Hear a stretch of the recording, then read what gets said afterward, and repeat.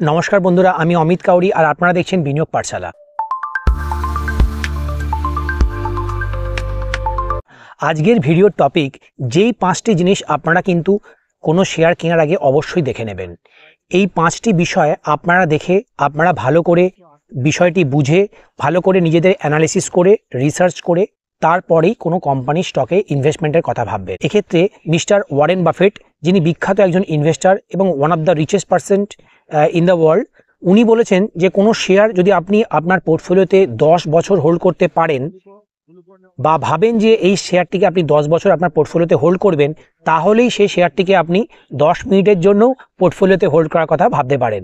যে আপনি যদি লং টার্মের জন্য কোনো শেয়ারে ইনভেস্ট করতে চান, তাহলেই সেটিকে পোর্টফোলিওতে রাখুন, সেটিকে শর্ট টার্মের ট্রেডিংয়ের জন্য কখনোই কিনবেন না। বন্ধুরা, এই 5টি জিনিসের মধ্যে প্রথমটি হচ্ছে যে কোম্পানির বিজনেস অ্যানালিসিস বা কোম্পানিটি কোন ইন্ডাস্ট্রি কোন সেক্টরকে ক্যাটার করে।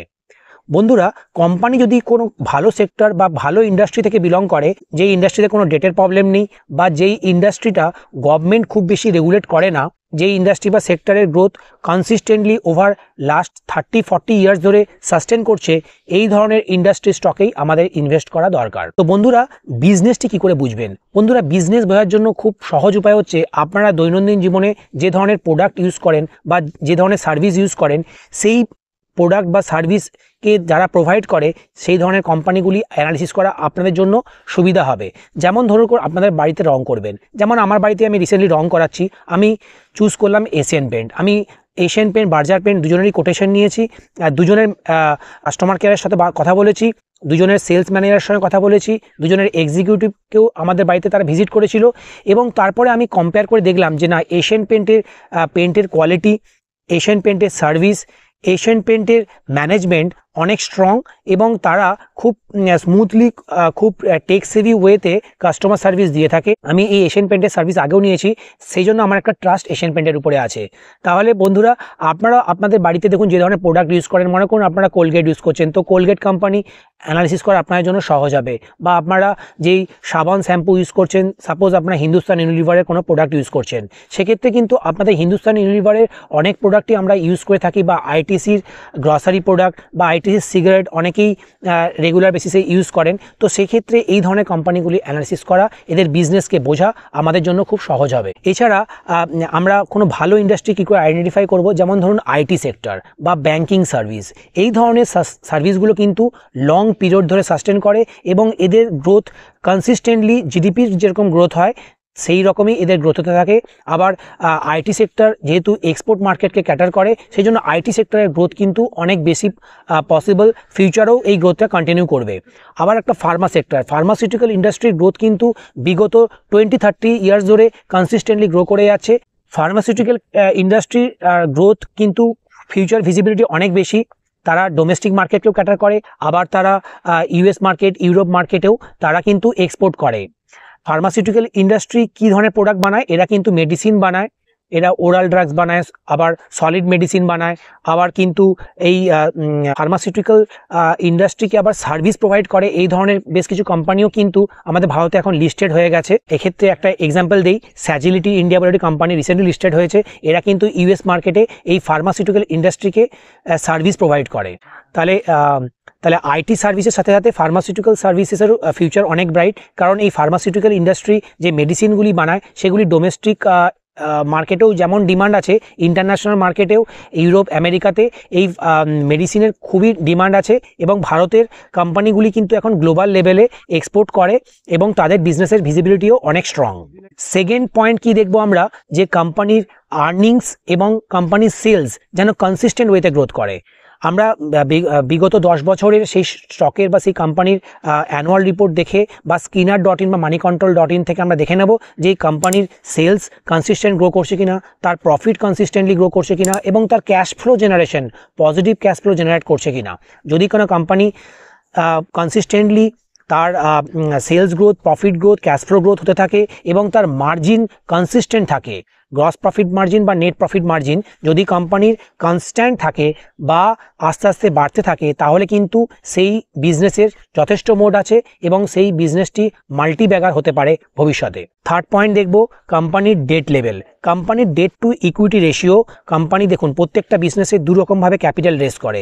একটা ডেট ক্যাপিটাল রেজ করে, মানে ব্যাংক থেকে সে ডেট নিয়ে লোন নিয়ে সে বিজনেসে গ্রোথ করে, বা পাবলিক হোল্ডারদের কাছ থেকে সেই ইকুইটি রেজ করে, মানে ইকুইটি ক্যাপিটাল সে পাবলিক হোল্ডারদের কাছ থেকে নিয়েও সেই ইকুইটি ক্যাপিটাল দিয়েও সে বিজনেসে গ্রোথ করে।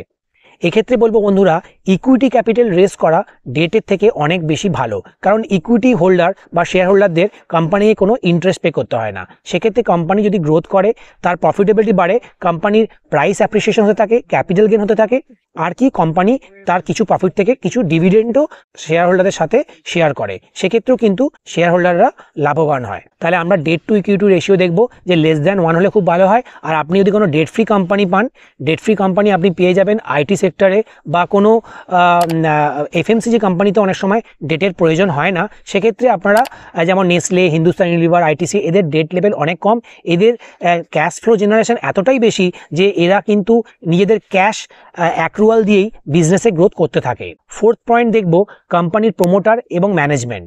কোম্পানির প্রমোটার হোল্ডিং আমরা দেখব যে অ্যাটলিস্ট যেন 50%-এর বেশি হয়, মোর দ্যান 70% হলে খুবই ভালো হয়। সেক্ষেত্রে আমরা বুঝে যাবো যে কোম্পানির প্রমোটাররা কতটাই তাদের বিজনেসে, কোম্পানির প্রমোটাররা তাদের নিজেদের বিজনেসে কতটা তাদের আউটলুক পজিটিভ, সেই জন্যই তারা তাদের শেয়ার হোল্ডিংকে 70%-এর উপরে রেখেছে এবং তারা মেজরিটি শেয়ার হোল্ডার। এক্ষেত্রে বিজনেসগুলি খুবই প্রমিসিং হয়। এবং কোম্পানির ম্যানেজমেন্টকেও দেখব যে সেই ম্যানেজমেন্ট কত ভালোভাবে কোম্পানির পারফরমেন্সকে ধরে রাখে এবং কোম্পানির প্ল্যানকে এক্সিকিউট করতে পারে। এক্ষেত্রে বন্ধুরা বলবো যে রাকেশ ঝুনঝুনওয়ালা, যিনি টাইটানের শেয়ারে 2000 সালের ইনভেস্ট করেছিলেন, ওই সময় কিন্তু টাইটানের ম্যানেজমেন্টকে দেখে এবং টাইটানের প্রমিসিং বিজনেস আউটলুককে দেখেই উনি ইনভেস্ট করেছিলেন। তাহলে বন্ধুরা এই প্রমোটার এবং এই ম্যানেজমেন্টের স্কিল, এই দুটোই আমাদের দেখা খুবই দরকার। আর সবশেষে বন্ধুরা 5 নম্বর পয়েন্টে আমরা রেখেছি ভ্যালুয়েশন। কোম্পানির ভ্যালুয়েশন জাজ করা খুবই দরকার। কোম্পানি দেখুন, price is what we pay, value is what we get. আমরা কিন্তু প্রাইস সবাই দেখতে পাই।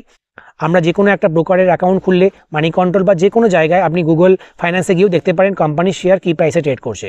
কিন্তু তার ভ্যালুয়েশন বার করার জন্য কিছু মডেল আছে, সেই মডেলগুলো ফলো করে বা কিছু রেশিও অ্যানালিসিস করেও আপনারা খুব সহজেই কোনো কোম্পানির ভ্যালুয়েশন বার করতে পারবেন। আমি যদি খুব সহজ ভাষায় বলি, আপনারা যাতে সহজেই বুঝতে পারেন, প্রাইস টু আর্নিং মাল্টিপল আপনি দেখবেন যে ওই কোম্পানির প্রাইস টু আর্নিং মাল্টিপল যেন বেঞ্চমার্ক বা নিফটি 50 বা নিফটি 500 থেকে কম হয়। মানে এখন যেমন নিফটি 50-র প্রাইস টু আর্নিং মাল্টিপল 20, যদি কোনো কোম্পানির শেয়ার 20-র নিচে আপনি কোনো কোম্পানির প্রাইস টু আর্নিং মাল্টিপল 20-র নিচে হয়, সেক্ষেত্রে বুঝবেন যে কোম্পানিটি ফেয়ার ভ্যালুয়েশনে ট্রেড করছে। বা তার প্রাইস টু বুক ভ্যালু যদি 2 to 3 এর নিচে হয়, বা তার প্রাইস টু সেলস রেশিও যদি 1-এর নিচে হয়, সেক্ষেত্রে কিন্তু কোম্পানি ফেয়ার ভ্যালুতে ট্রেড করে। এছাড়া আপনি আরও কি দেখতে পারেন যে ইভি টু এবিটদা যদি আপনি 20 to 25 দেখেন, বা তার market cap to cash flow যদি আপনি দেখেন যে একটা ফেয়ার লেভেলে আছে, তাহলে বুঝবেন যে কোম্পানির ক্যাশ ফ্লো জেনারেশনও ঠিকঠাক হচ্ছে। তো বন্ধুরা এই ধরনের রেশিওগুলি তাহলে মেনলি কী দেখলাম, প্রাইস টু আর্নিং মাল্টিপল দেখবেন আপনারা, প্রাইস টু সেলস দেখবেন, EV to EBITDA, price to book value দেখবেন যে বুক ভ্যালু রেসপেক্টে কতটা সে আন্ডার ভ্যালুড না ওভার ভ্যালুড। আর কি দেখতে পারেন আপনারা, ইভি টু এবিটদা দেখতে পারেন। এই ধরনের রেশিওগুলি আপনারা দেখার পরে খুব সহজেই বুঝে যাবেন যে কোম্পানিটির ভ্যালুয়েশন এখন কি জায়গায় আছে। তাই বলে রাখি বন্ধুরা, যেগুলি ভ্যালু স্টক সেগুলো কিন্তু অনেক সময় লোয়ার মাল্টিপলে ট্রেড করে, আবার যেই স্টকগুলি হাই গ্রোথ সেক্টরকে ক্যাটার করে, তাদের ক্ষেত্রে কিন্তু এই ভ্যালুয়েশন মাল্টিপলগুলো অনেক হাই থাকে।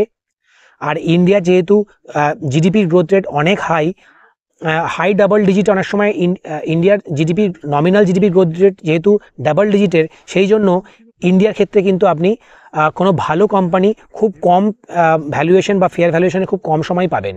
মার্কেটে যখন ড্রডাউন হয়, মার্কেটে যখন কারেকশন হয়, সেই সময় আপনি এই শেয়ারগুলিকে ভালো কোম্পানির মানে হাইলি গ্রোয়িং স্টককে আপনি ফেয়ার ভ্যালুয়েশনে পেয়ে যাবেন। তাহলে বন্ধুরা আমরা কি জানলাম যে এই 5টি জিনিস যদি আমরা ফলো করি যে কোনো শেয়ারে ইনভেস্টমেন্টের আগে, কি জিনিস আবার আমি রিপিট করি। প্রথমে দেখবেন যে সেই বিজনেসের আউটলুক বা ইন্ডাস্ট্রির আউটলুক কেমন। তারপরে দেখবেন যে কোম্পানির প্রফিটেবিলিটি, মানে তার রেভিনিউ গ্রোথ, তার প্রফিট গ্রোথ, তার ক্যাশ ফ্লো গ্রোথ কেমন। কোম্পানি শুধু প্রফিট করছে, তার ক্যাশ ফ্লো পজিটিভ নয়, সেক্ষেত্রে কিন্তু একটা কসাস থাকা দরকার। আর 3 নম্বর দেখব কোম্পানির ডেট লেভেল কেমন, কোম্পানির debt to equity ratio less than 1 হওয়া প্রেফারেবল, কিন্তু আপনি ব্যাংকিং বা নন ব্যাংকিং ফাইন্যান্সিয়াল সার্ভিসের ক্ষেত্রে ডেট টু ইকুইটি রেশিও 1-এর বেশিও হতে পারে, সেটা ঘাবড়াবার কিছু নেই, সেটাই স্বাভাবিক। 4 নম্বর দেখব কোম্পানির প্রোমোটার ম্যানেজমেন্ট কেমন, আর প্রোমোটার গ্রুপ যদি ভালো হয় এবং তার ম্যানেজমেন্ট যদি এফিশিয়েন্ট হয় তাহলে কিন্তু আমরা সেই শেয়ারে বাই করার কথা ভাববো। আর লাস্টে দেখব কোম্পানির ভ্যালুয়েশন যদি রিজনেবল হয়, মানে তার হিস্টোরিক্যাল অ্যাভারেজের থেকে কমে বা হিস্টোরিক্যাল অ্যাভারেজে ট্রেড করে, সেক্ষেত্রেই সেই শেয়ারে আমাদের অ্যাডিশনাল ক্যাপিটাল বা নতুন করে ইনভেস্ট করার কথা ভাবা উচিত। বন্ধুরা, ভিডিওটি এখানেই শেষ করি। নমস্কার, ভালো থাকবেন, জয় হিন্দ।